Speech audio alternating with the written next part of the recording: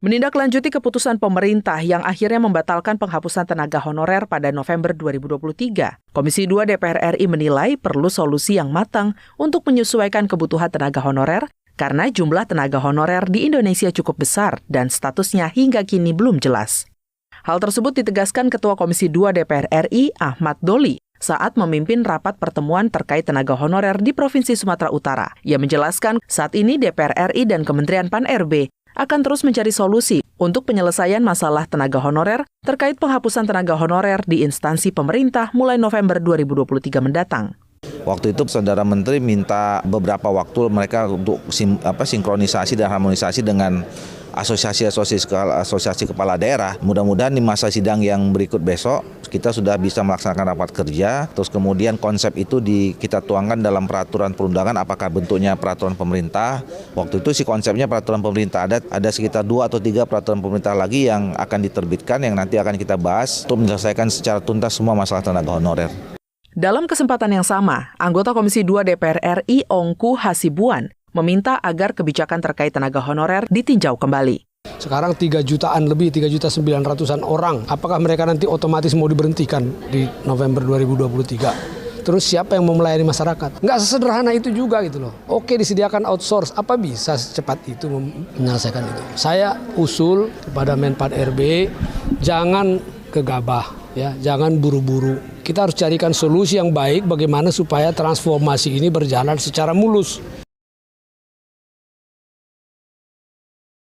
Ya, jadi saya belum bisa umumkan pada kesempatan ini, tetapi kita sedang menyiapkan opsi terbaik dengan guidingnya adalah akan ada targetnya adalah tidak akan ada PHK massal. Yang kedua, tidak ada penambahan anggaran, karena kan kemarin agak ada opsi-opsi ekstrim sebelumnya ya. Opsinya nomor 1 adalah waktu itu pertama adalah diangkat seluruhnya menjadi ASN. Kalau diangkat seluruhnya menjadi ASN, ini akan menjadi beban bagi negara yang sangat besar. Atau yang kedua, diberhentikan seluruhnya. Kalau diberhentikan seluruhnya, ini akan menjadi masalah di dalam sektor pelayanan publik. Karena ada banyak di menara-menara suar, di berbagai daerah, itu ada banyak non-ASN yang sekarang nyata-nyata mereka bisa membantu luar biasa. Atau diangkat sesuai dengan prioritas yang sudah jalan sekarang mulai 2022-2023 ini, yang diangkat sesuai prioritasnya adalah pendidikan dan kesehatan.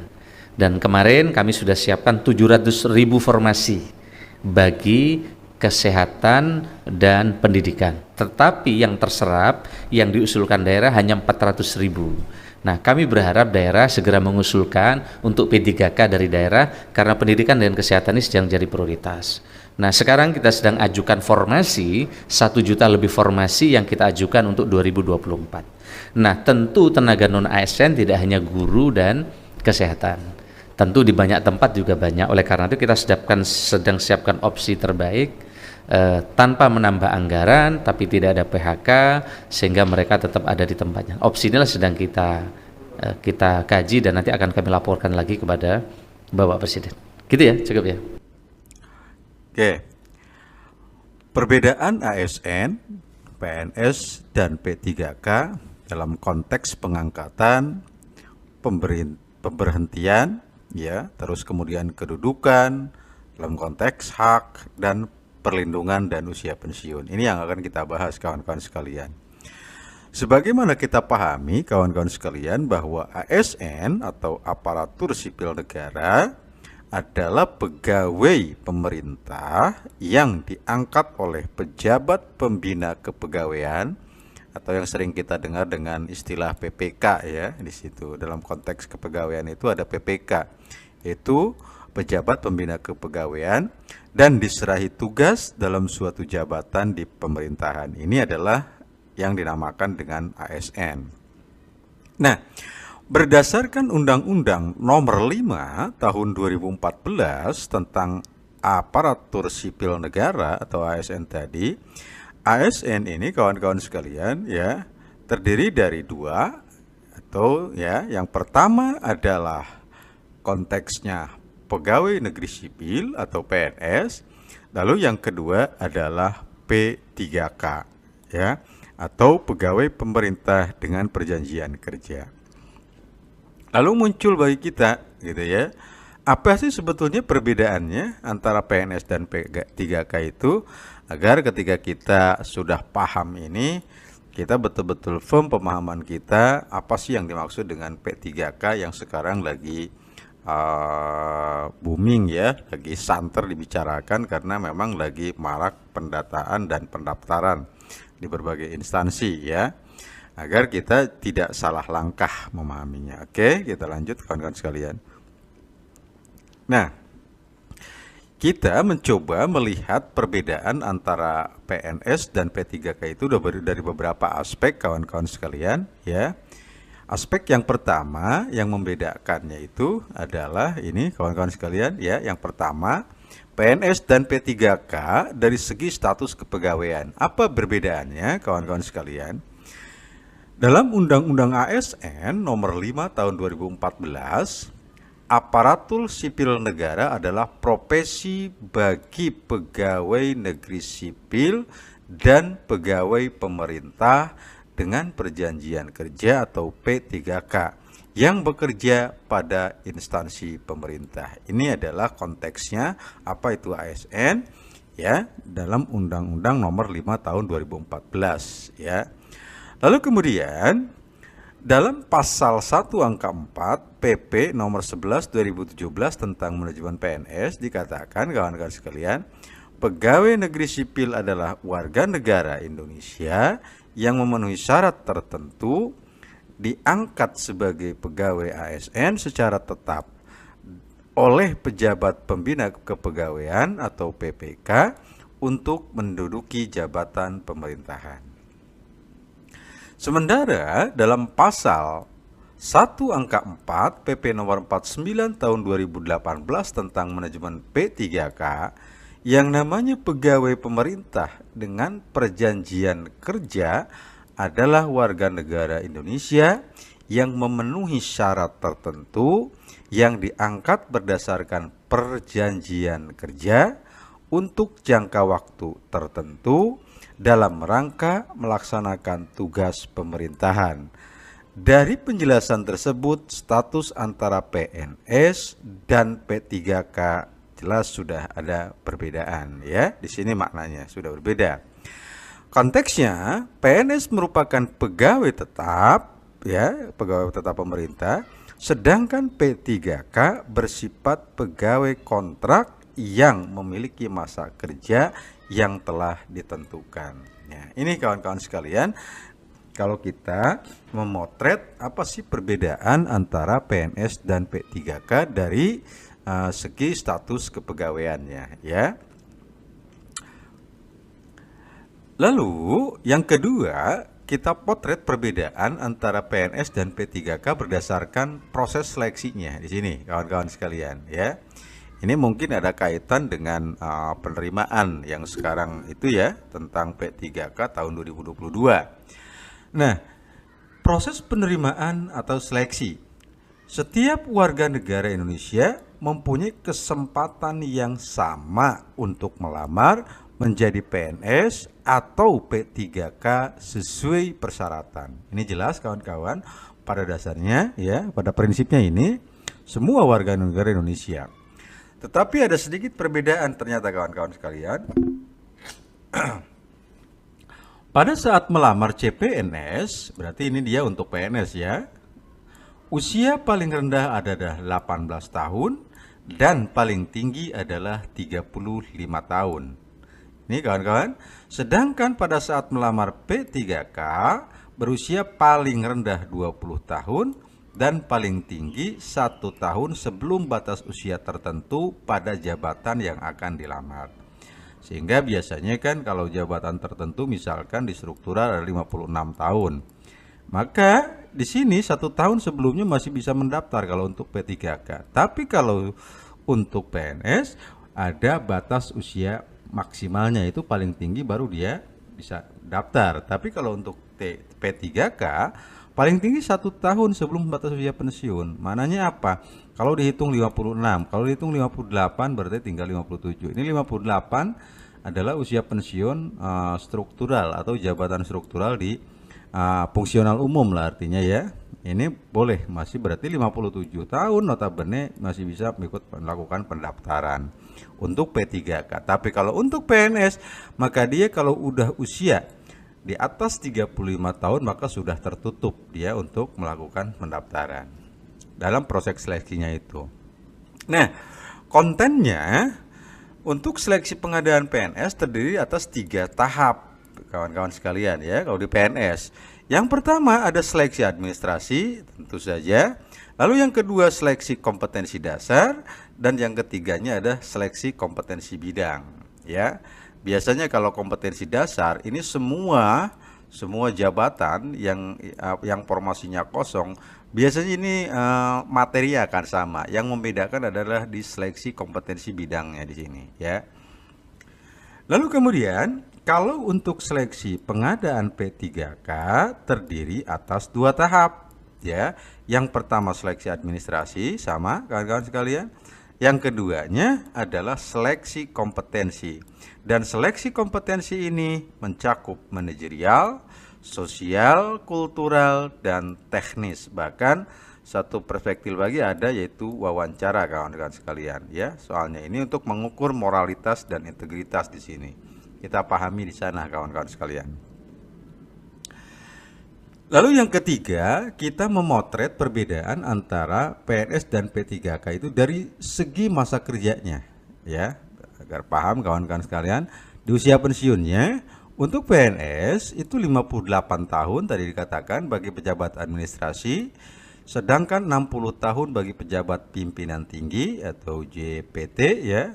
Sesuai dengan ketentuan peraturan perundangan bagi pejabat fungsional. Ini biasanya dia sebagai apa?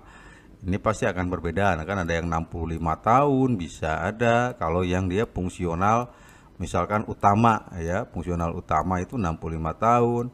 Kalau fungsional madya itu 60 tahun gitu ya. Tapi kalau pertama sama muda ini biasanya itu adalah 58 tahun kawan-kawan sekalian, sama dengan yang administrasi. Nah, sementara untuk PPK itu 58 tahun bagi pejabat fungsional ahli muda, pejabat fungsional hari pertama, dan pejabat fungsional kategori keterampilan itu 58 tahun, berarti sama dengan administrasi tadi, ya. Sementara 60 tahun bagi pejabat pimpinan tinggi dan pejabat fungsional madya. Tadi saya katakan, ya, yang madya itu 60 tahun di sini adanya. Lalu kemudian 65 tahun bagi yang memangku jabatan fungsional ahli utama. Nah, ini adalah untuk P3K. Sementara untuk P3K masa kerjanya sesuai surat perjanjian yang telah disepakati. Masa hubungan perjanjian kerja bagi P3K paling singkat adalah 1 tahun dan dapat diperpanjang sesuai kebutuhan dan berdasarkan penilaian kinerja. Adapun biasanya kalau kita berkaca ke yang sudah P3K di lingkungan instansi pemerintah itu, ya, P3K itu di lingkungan instansi pemerintah biasanya itu per 3 tahun kawan-kawan SK-nya, ya. Per 3 tahun atau ada yang 5 tahun sebenarnya ada, ya, ada yang 3 per 3 tahun, ada yang per 5 tahun. Tetapi kalau sudah habis kontraknya maka itu bisa diperpanjang dan bisa juga itu diputus, sudah gitu, ya, maknanya diberhentikan dengan hormat. Jadi bedanya di situ, ya. Kalau PNS itu tidak ada kontrak, yang penting dia usia pensiun saja batasnya. Tapi kalau P3K maka di sini, ya, maknanya masa hubungan perjanjian kerjanya ini paling singkat 1 tahun, ya, paling singkat. Kebiasaannya itu ada 3 tahun dan 5 tahun. Kalau sudah selesai kontraknya maka akan diperpanjang kalau memang instansi masih membutuhkan. Yang keempat, kita memotret perbedaan antara PNS dengan P3K berdasarkan haknya, kawan-kawan sekalian. Nah, berbicara tentang hak antara PNS dan P3K, ini sama, mendapatkan gaji, tunjangan, dan fasilitas, ya. Kemudian cuti, jaminan pensiun, ini untuk PNS kawan-kawan sekalian, tunjangan hari tua, perlindungan, dan pengembangan kompetensi. Kalau untuk P3K itu dapat gaji dan tunjangan, dapat cuti, dapat perlindungan, dapat pengembangan kompetensi. Ini sama. Yang membedakan adalah satu, kawan-kawan sekalian, letak perbedaannya adalah pensiunan ya dan jaminan hari tua. Jadi di P3K itu tidak ada pensiunan dan jaminan hari tua. Maknanya seperti itu. Adapun penghasilan ASN antara PNS dan P3K ini diatur dalam berdasarkan Undang-Undang ASN nomor 5 tahun 2014 pasal 21 huruf A. PNS berhak memperoleh gaji, tunjangan dan fasilitas berdasarkan peraturan pemerintah nomor 15 tahun 2019 tentang perubahan ke-18 atas peraturan pemerintah nomor 7 1977 tentang peraturan gaji PNS. Komponen penghasilan PNS terdiri dari, ini kawan-kawan sekalian ya.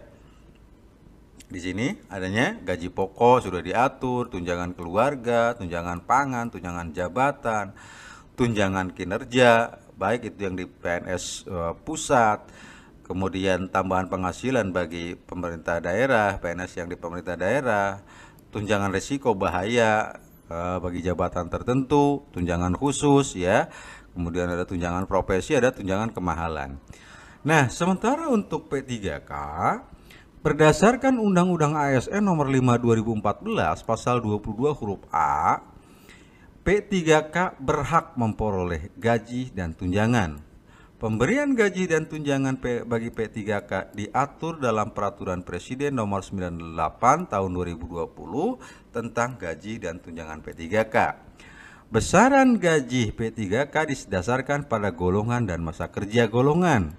Selain gaji, P3K juga diberikan tunjangan sesuai dengan tunjangan PNS pada instansi pemerintah tempat P3K bekerja. Adapun tunjangan yang diberikan komponennya sama dengan PNS. Jadi di sini letaknya tidak ada perbedaan kawan-kawan sekalian ya. Cuma memang barangkali ini ada sedikit perbedaan dalam konteks tadi ya. Kalau PNS itu ada pensiunan, kalau P3K itu ternyata dia tidak ada. Itu maksudnya. Nah, yang kelima, kita coba memotret perbedaan PNS dan P3K dari segi manajemen ya. Apa sih bedanya gitu ya? Manajemen PNS diatur dalam Peraturan Pemerintah Nomor 17 Tahun 2020 tentang perubahan atas Peraturan Pemerintah Nomor 11 Tahun 2017 tentang Manajemen Pegawai Negeri Sipil. Ya, ini aturan yang mengatur tentang PNS.